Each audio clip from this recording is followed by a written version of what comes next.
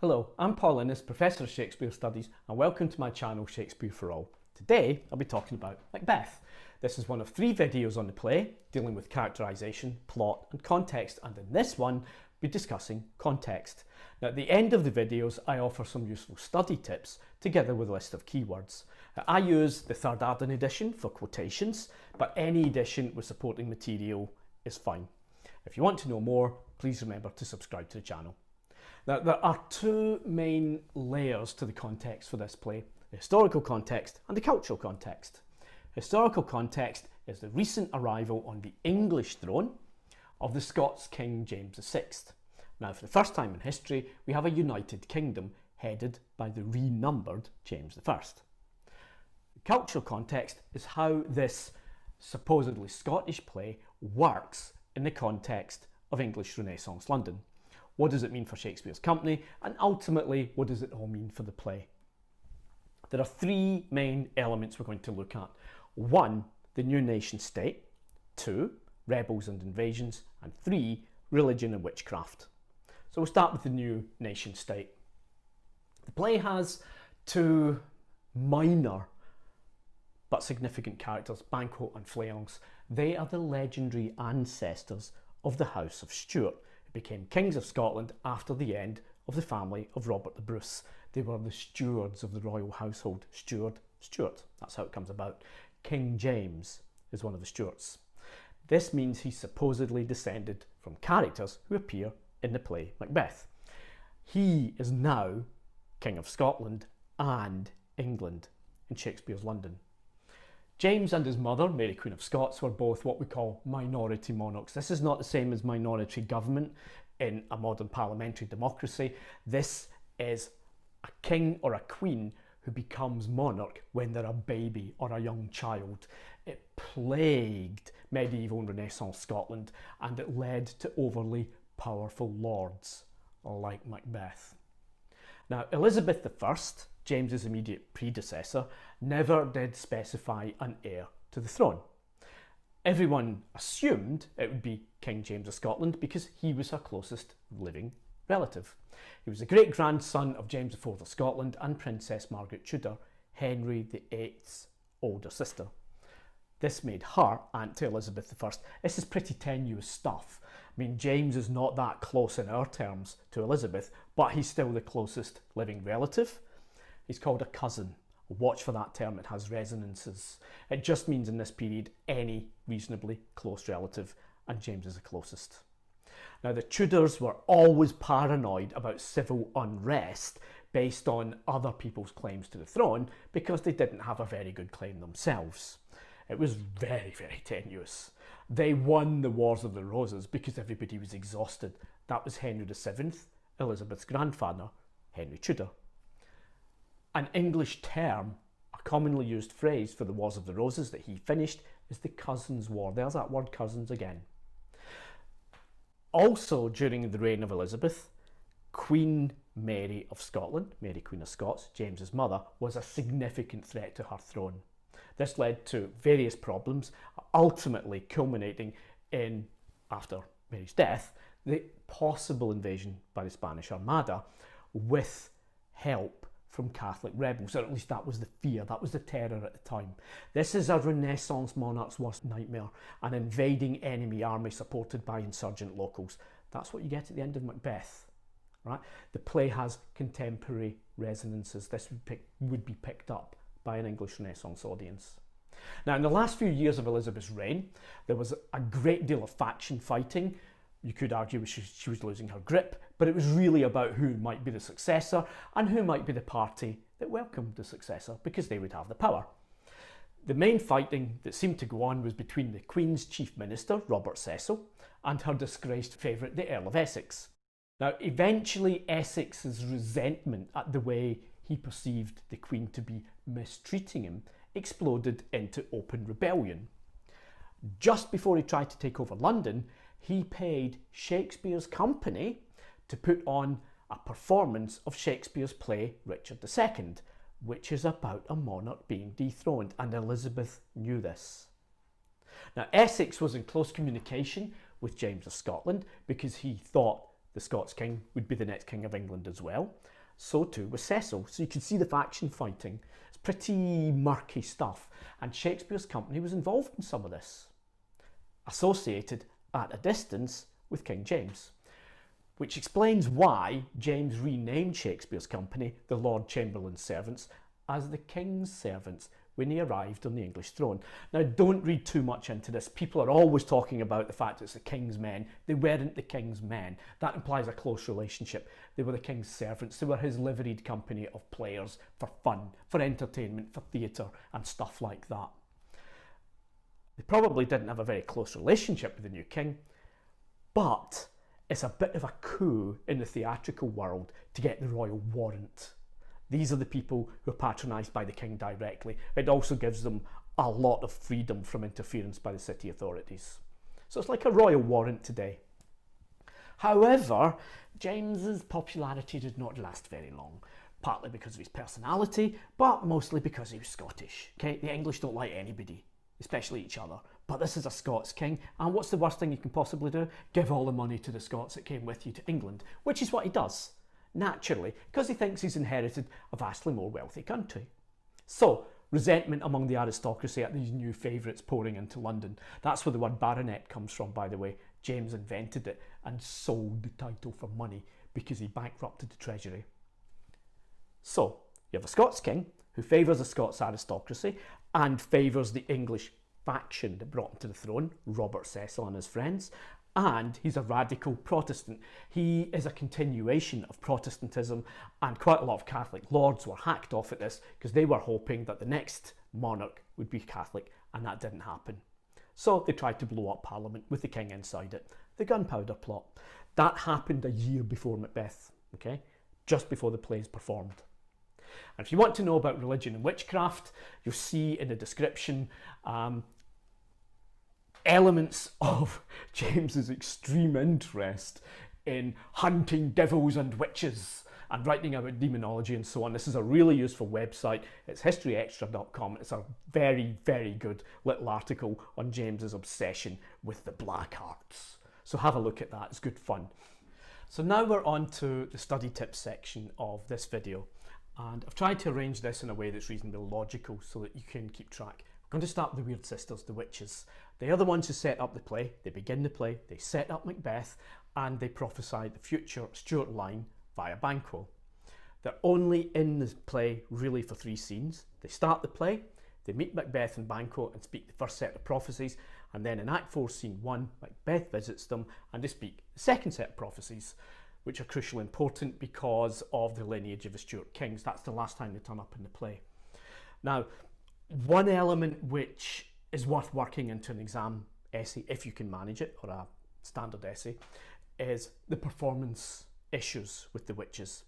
Because we're a modern culture, we don't necessarily believe in the caricature of witches with pointy hats and broomsticks, okay? Shakespeare's own stage actually seemed to have a problem with this. And this is something that resonates with modern performance.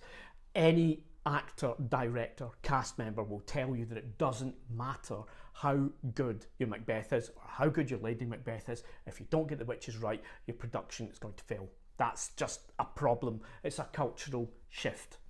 Now, actually, according to someone who went to see Shakespeare's own plays, we don't really know how the witches were performed. They may not have been the caricature of cackling women that we usually assume that it would be, given all the usual patriarchal misogyny. Anyway, what you have here is a little link to Shakespeare Online, where it has information on a guy called Simon Forman.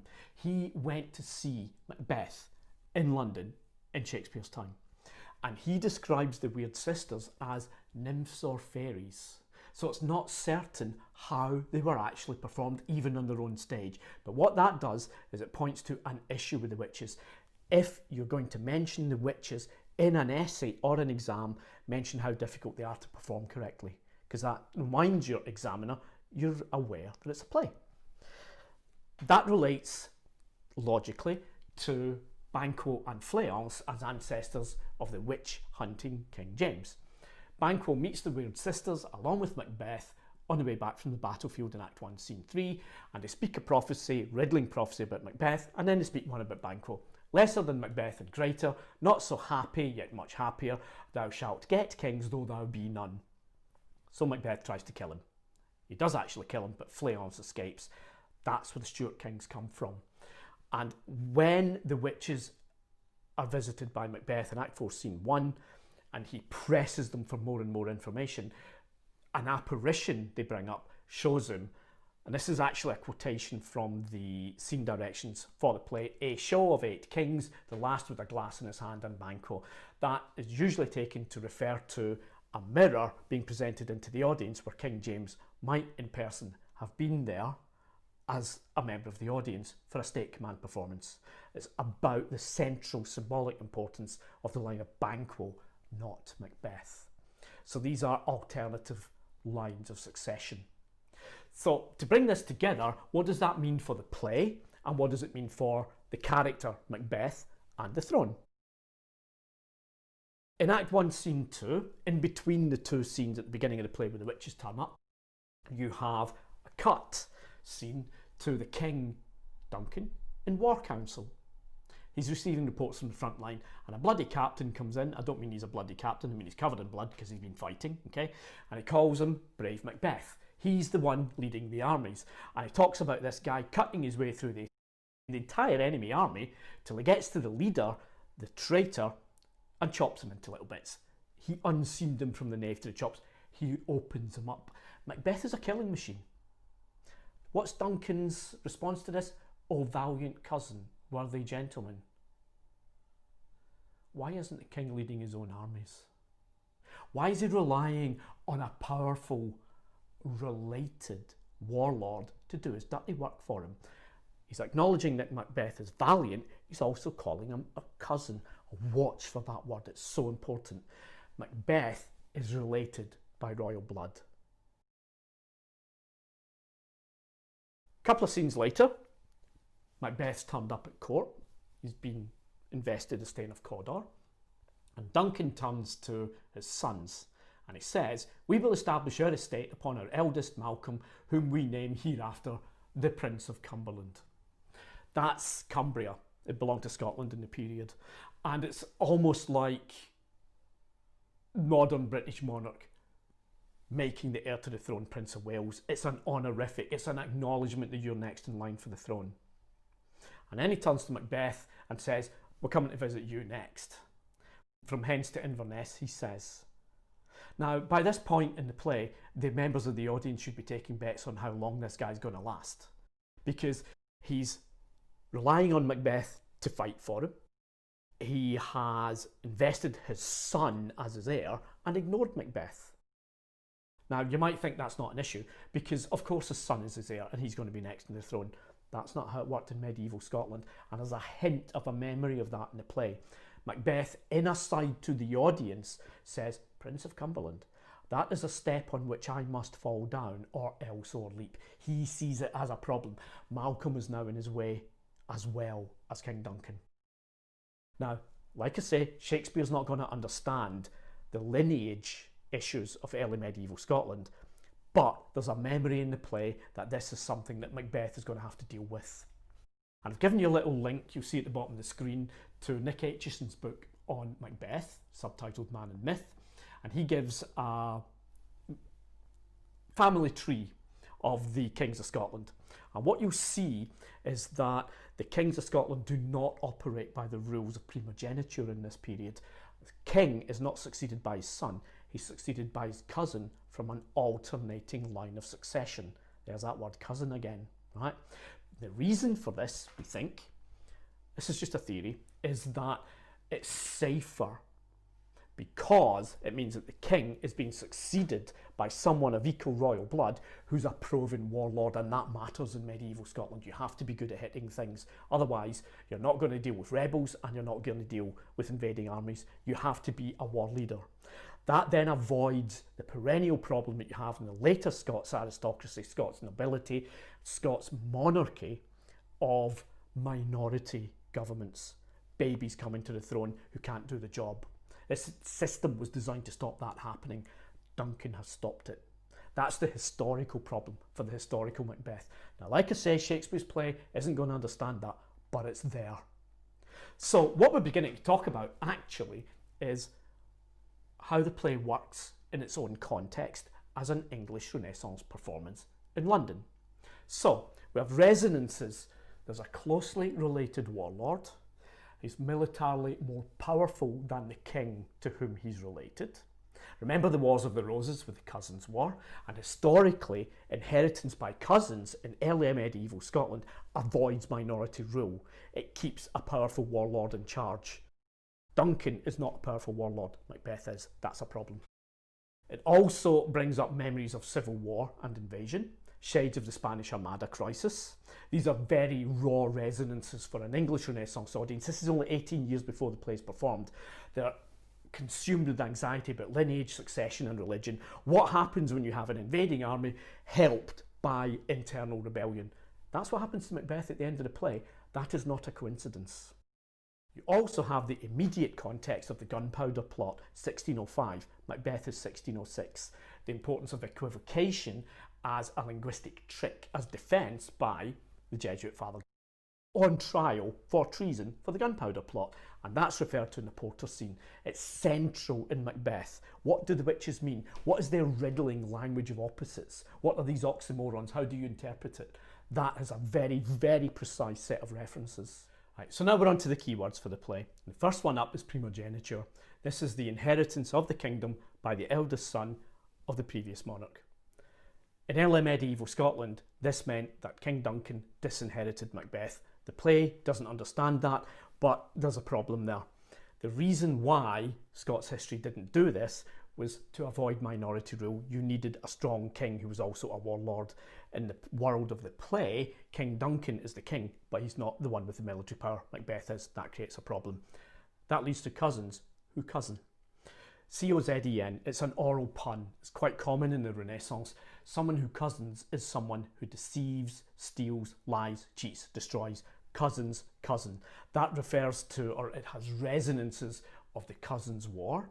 It has resonances for the Tudors and various attempts to undermine them. James I comes to the throne because he's a cousin, and in the play, Macbeth is Duncan's cousin. So that word cousin matters. If you can get that linguistic detail into an essay, hopefully you'll score more marks. Another thing to do, of course, is remember this is a play. Performance technique of the aside matters. When Malcolm is invested as Prince of Cumberland, Macbeth says in aside to the audience, I don't like this. He's going to have to go as well. Basically, that's what he's saying. The convention is the other characters don't hear him. It's a performance point. Remind your examiner this is a play. Hopefully that will get you more points as well. Specific resonances of the gunpowder plot with that term equivocation, that's your keyword.